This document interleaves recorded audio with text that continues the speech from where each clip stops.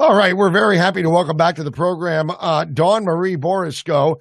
DawnMarie, hello, welcome back to State of the Nation, and I'm so glad you could be here today. I wanted to discuss your work with Project 21 as it relates to conservative outreach to Black America, and also the role of faith and the role of truth, frankly, in politics going forward. Hello, DawnMarie. How are you today? I am wonderful, and I am so honored to be invited back as a guest. I really love doing your show and meeting both of you. It's been a great experience. Yeah, well, we're glad to have you. It's only me today. Our guy is on assignment, as we say, but we are thrilled to have you back. I don't know if you're aware of this, but earlier today we talked to one of your compatriots. We talked to Martin Baker earlier, and I said, "Oh, I've got DawnMarie coming back on," and off air he's like, "Oh, she's great." So anyway, hello. It's a big welcoming committee here. Hello. I want to ask you, DawnMarie, we're going to jump into all of this, but this is something that I really want to ask you about because it's in the news lately, and it's something that's probably near and dear to your heart. I know that you attended Grand Canyon University, correct? You may still be attending. I don't know, but I know you did. Yes.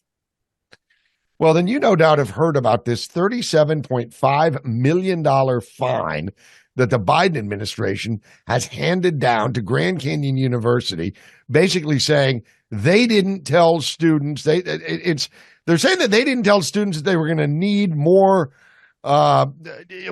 credits to get their degrees or whatever. They say it was a disclosure thing. They weren't being honest with their disclosures. Sounds like a political hit because not one single student has complained about this.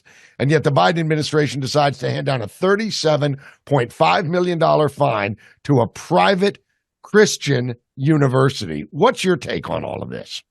Wow. I've been away from a little bit, and I have to be careful on that one because people talk, and I'll just speak to my experience. I was a doctoral student there, and I had 3 different chairs, and then I hit some snags that were not to necessarily my own fault, that it just kept a perpetual cycle going. So Yeah. I can't. People don't always read everything. People don't always do. I don't feel that I'm educated to all that was going on because they haven't sent me a disclosure as being a part of that. But I would just say, having been in academia for a while in the area of enrolling and how we do things, even the best of them can get snagged. And we know that whether you're a for-profit school or a not-for-profit school, the tools and the things that we do to enroll are what we're doing, because usually it's a quota system that they don't like using that word, but if you have to make those numbers, you have an enrollment goal, let's put it that way. And sometimes in that enrollment goal, things happen. So I'm not surprised that they're trying to hit GCU, and it could be targeting them because they're a Christian school. But like I said, having been on both sides of the fence, you just have to do your due diligence. Yeah. Sounds like you've had some frustrations with it. But the thing that's so staggering to me about this, I said it was 37.5. I stand corrected. It was 37.7 million. But the reason this is to me, just really very odd, was because this is the largest fine ever handed down to a school, including schools that have done considerably worse things. We saw the Sandusky over at UPenn. I think it was UPenn, where he was basically taking advantage of kids in showering with minors, just some really sick stuff. And we can't forget about the gymnastics doctor who was now he's going to spend the rest of his life in prison.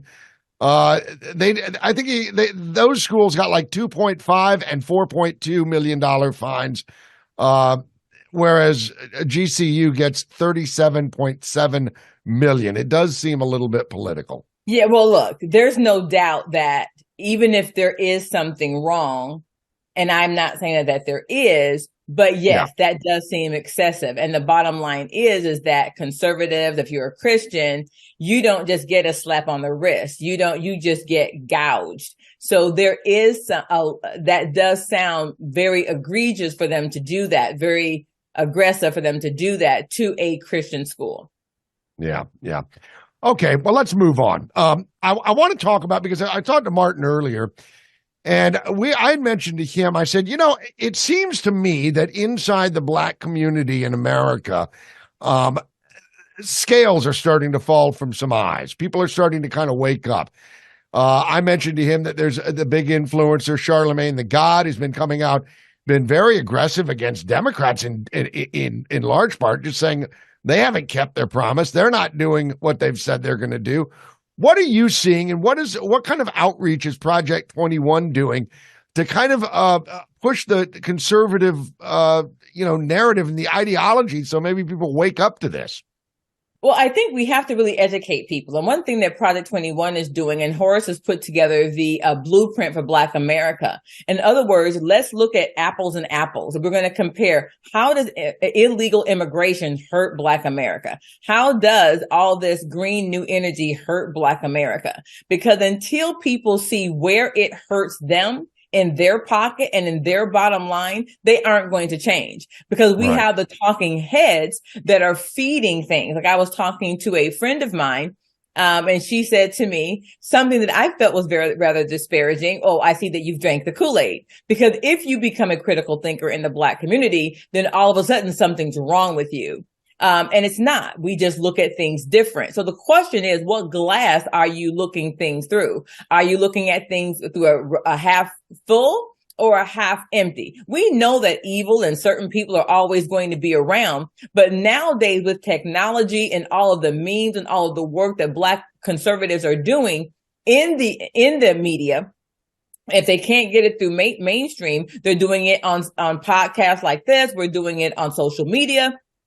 And we're making those people go, So sometimes even when you're not, sometimes you can't attack the issue. You have to attack something that makes them think. So, if that be true, then what about this?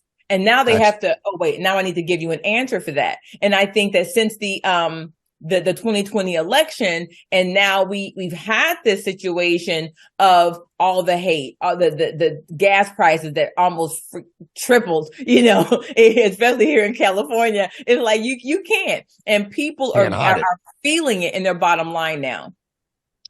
Well, listen, DawnMarie, we're going to take a real quick break just for a headline. We're going to come back, and when we get back, I want to talk with you about some of these issues. You mentioned gas prices. We can talk about the whole defund the police charade, which was a disaster. We can talk about inflation in general. And you mentioned illegal immigrants in the border. So we'll discuss that as well. But let's take a real quick headline, and we'll be back with DawnMarie Boursiquot.